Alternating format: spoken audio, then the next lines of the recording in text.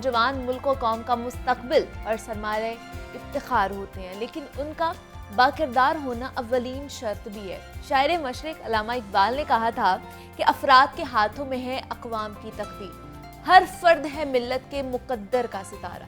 और तकदीर मिल्लत के उन सितारों की रोशनी और उसकी किरणें उस वक्त तक आबोताब और पूरे चमक धमक के साथ बरकरार रहती हैं जब तक यह शबाब की मंजिलों के राहगुजर में वाक़े कहकशाओं के मुसाफिर हों। और जिस तरह आसमान की बुलंदियों पर रोशन सितारों की रोशनी उनकी ज़ाती नहीं है बल्कि सूरज की रोशनी की वजह से मुमकिन होती है, इसी तरह तकदीर मिल्लत के उन सितारों की रोशनी भी उसकी ज़ाती नहीं होती है। उसके लिए उनका मरकज़ का होना बहुत ज़्यादा ज़रूरी है, और वो मरकज़ है सीरत नबी और नूर नबूवत का होना बहुत ज़्यादा ज़रूरी है, क्योंकि सीरत नबी सल्लल्लाहु अलैहि वसल्लम का चिराग अपनी तमाम तर रोशनियों के साथ हयात इंसानी के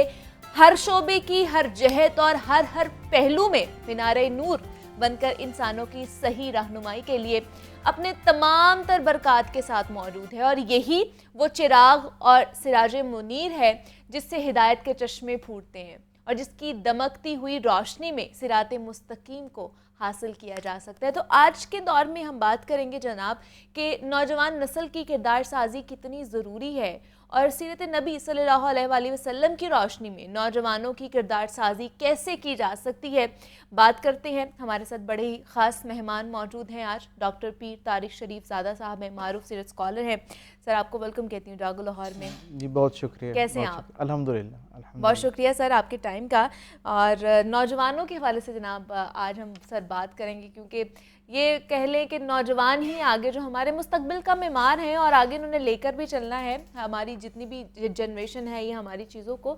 और लेकिन किरदार साजी के हवाले से मैं जानना चाहूँगी, और नबी पाक सल्लल्लाहु अलैहि वसल्लम के उसमें से हमें क्या चीज़ मिलती है कि हम नौजवानों की किरदार साजी अच्छे तरीके से कर सकते हैं। बिस्मिल्लाह रब्बि मोहम्मद करीम अलैहिस्सलातु तस्लीम। सबसे पहले तो यादावरी का शुक्रिया। हमेशा की तरह आपका प्रोग्राम आपकी टीम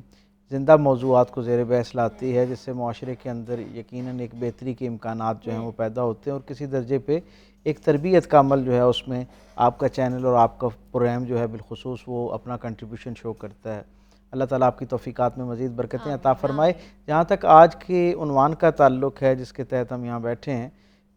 एक बात हमें समझनी चाहिए कि अल्लाह रब्बुल इज़्ज़त ने अपने कलाम कामिल यानी कुरान पाक में रसूल रहमत सल्लल्लाहु अलैहि वसल्लम की ज़िंदगी को उसवा कामिल करार दिया है। ये एक ऐसी ज़िंदगी है जो रसूल रहमत सल्लल्लाहु अलैहि वसल्लम के अव्वलीन सामीन जो सामने असहाबे रसूल मौजूद थे उनके लिए भी बेहतरीन नमूना हयात थी, आज के इंसान के लिए भी बेहतरीन नमूना हयात है और रहती दुनिया तक, हत्ता कि आखिरी आने वाले जदीद तरीन इंसान के लिए भी इसी ज़िंदगी के अंदर वो सारी खूबियाँ खैर मौजूद है जो बंदे को अल्लाह रब्बुल इज़्ज़त के करीब करने का और एक कामयाब ज़िंदगी गुजारने का फार्मूला अता करते हैं। तो हम ये देखते हैं कि ये एक ऐसा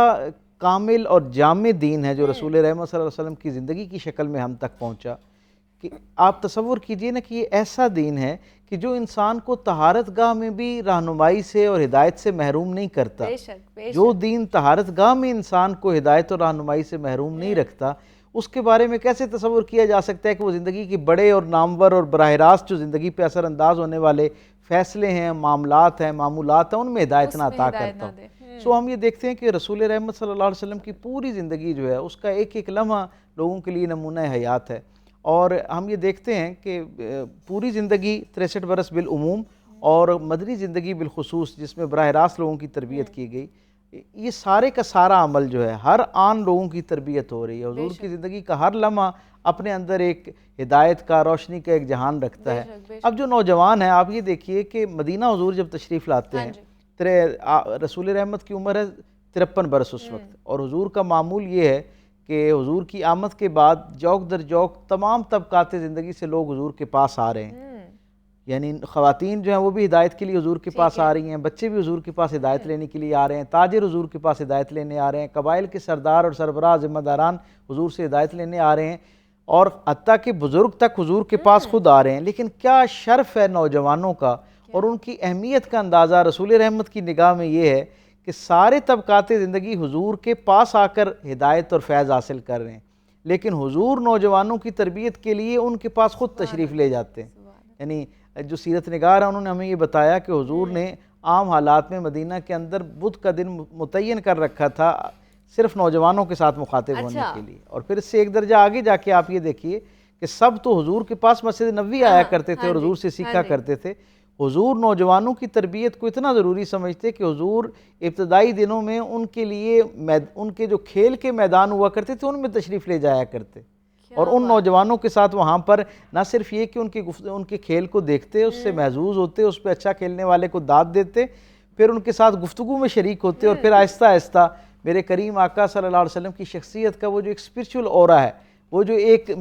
दायरा रहमत है, दायरा नूर है, वो आहिस्ता आहिस्ता उन सबको अपने अंदर समेट लेता और वो नौजवान मेरे करीम आका सल्लल्लाहु अलैहि वसल्लम की ज़िंदगी का ऐसे हिस्सा बन जाते। हम ये देखते हैं कि वही जिनके दिलों में बहुत इब्तदाई दिनों में बहुत बदगुमानी पाई जाती थी और जो सबसे ज़्यादा जज्बे के साथ हुजूर की मुखालफत में खड़े थे। लेकिन क्या अजीब मामला है मेरे करीम आका सल्लल्लाहु अलैहि वसल्लम की अखलाकी उन आला औसाफ का कि जो जो हुजूर के करीब आता गया, जिससे गोया हुजूर का मुकालमा होना शुरू हुआ, हुजूर से बात होना शुरू हुई, हुजूर की वो दिल नशीन कलाम, हुजूर की वो जो दिल को मोह लेने वाली आदत थी, उन्होंने लोगों की ज़िंदगियों के अंदर ऐसा नूर डाला जैसे सुबह सूरज निकलने के बाद ज़मीन जो है उस पर रहने वाले रोशनी से महजूज़ होते हैं, उससे मुस्तफ़ीद होते हैं। और ये जो नौजवानों का अमल है ये सिर्फ मदीने के अंदर ही रसूलुल्लाह सल्लल्लाहु अलैहि वसल्लम की ज़िंदगी का हिस्सा नहीं है, बल्कि नौजवानों को सोसाइटी के अंदर उनकी कंट्रीब्यूशन के हवाले से, नौजवानों की निस्बत और ताल्लुक़ से मुआशरे में तब्दीली का जो अंसर है, इस फ़लसफ़े पे रसूलुल्लाह सल्लल्लाहु अलैहि वसल्लम इतनी अहमियत के साथ इसे महसूस करते हैं और इस पर कारबंद हैं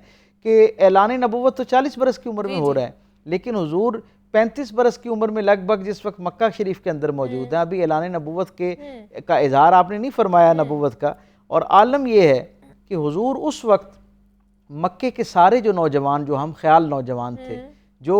एक निस्बतन फितरत सलीमा रखने वाले लोग थे, जो पॉजिटिव अप्रोच के नौजवान थे, हुजूर ने मुख्तलिफ कबाइल के उन नौजवान लड़कों को, बच्चों को अपने पास इकट्ठा किया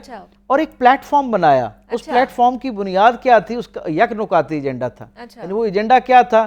कि हमने इस मुआशरे के अंदर किसी भी दर्जे पे होने वाले जुल्म की नफ़ी करनी है। किसी के साथ भी अगर ज्यादती हो रही होगी तो हम नौजवान उसकी मुआवनत के लिए, उसकी मदद के लिए इकट्ठे खड़े होंगे, इस तासुब से हटके कि वो किस कबीले का फ़र्द है, किस कौम का फ़र्द है, कि उसका पस मंज़र क्या है, उससे कतई नज़र अगर वो मजलूम है और उसकी दाद रसी नहीं हो रही है, तो क्योंकि जुल्म मुआशरे के अंदर सबसे बड़ा एलिमेंट है जो फसाद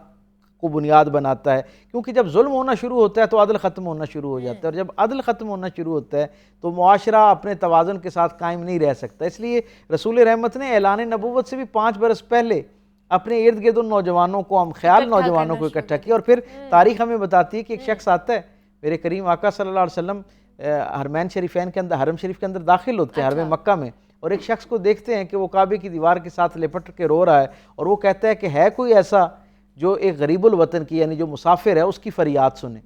और वो रोए जा रहा है और उसकी आवाज़ में एक अजीब तरह की कसक है। मेरे करीम आका सल्लल्लाहु अलैहि वसल्लम उसके करीब आते हैं और उससे पूछते हैं, भाई किस बात ने तुम्हें मगमूम कर रखा है, किस बात ने तुम्हें दुखी कर रखा है, तुम्हारे आवाज़ में ये जो दर्द और कसक है, ये इसका सबब क्या है, किसने तुम्हारे साथ ज्यादती की? तो वो कहते हैं कि इस इलाके का एक बड़ा सरदार है जिसने मेरे साथ माल तिजारत के एवज़ कुछ रकम देने का वादा किया, मेरा माल ले लिया लेकिन मुझे रकम नहीं दी। इसलिए नहीं दी क्योंकि उसे पता है कि मेरा वतन दूर है, मेरा कबीला दूर है, मेरे पीछे कोई खड़ा होने वाला नहीं। हेल्पलेस हूं। हाँ, तो मेरे करीम आका ने पूछा वो शख्स कौन है? तो हुजूर को बताया जाता है कि वो बताता है कि वो अबू जहल जो है, वो उसने मेरी रकम जो है वो मार ली, और वो क्योंकि कबीले का एक सरबराह है, सरदार है, बड़ा आदमी है इस सोसाइटी का, इसलिए वो एक अजनबी शख्स के लिए उससे मुकाबला करना, जंग करना मुश्किल है। तो न सिर्फ ये कि रसूलुल्लाह सल्लल्लाहु अलैहि वसल्लम खुद तशरीफ़ ले जाते हैं, बल्कि अपने साथ वो जो नौजवान हैं उनको भी अपने साथ लेकर जाते हैं। और इस एक नौजवानों का ग्रोह जो रसूलुल्लाह सल्लल्लाहु अलैहि वसल्लम का तरबियत याफ्ता है, हुजूर का हम मिजाज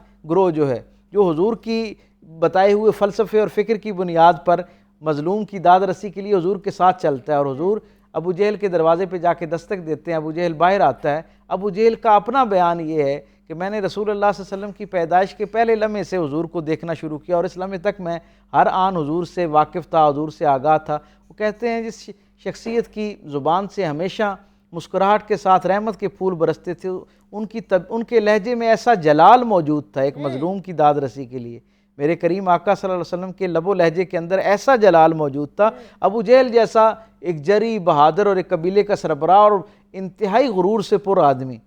उसने जब रसूलुल्लाह सल्लल्लाहु अलैहि वसल्लम से एक फ़िक्रा सुना, हुजूर ने कोई दूसरी बात नहीं की, हुजूर ने सिर्फ एक बात पूछी, क्या तुमने इसकी कुछ रकम देनी है? उसने कहा मैंने देनी है। हुजूर ने कहा फिर फ़ौरन जाओ और इसकी रकम इसके हवाले करो। और तारीख़ हमें बताती है कि वो जरी बहादुर शख्स जो है एक लम्हा भी वो वहाँ खड़ा नहीं रह सका, फ़ौरन जाता है और आके वो रकम दे देता है। तो वो नौजवानों का वो जो ग्रोह जिनकी तरबियत रसूलुल्लाह सल्लल्लाहु अलैहि वसल्लम ने की थी, था जी वो हाँ, वो सोसाइटी के अंदर तो हुजूर की पूरी ज़िंदगी हमें ऐसे नज़र आती है। फिर हम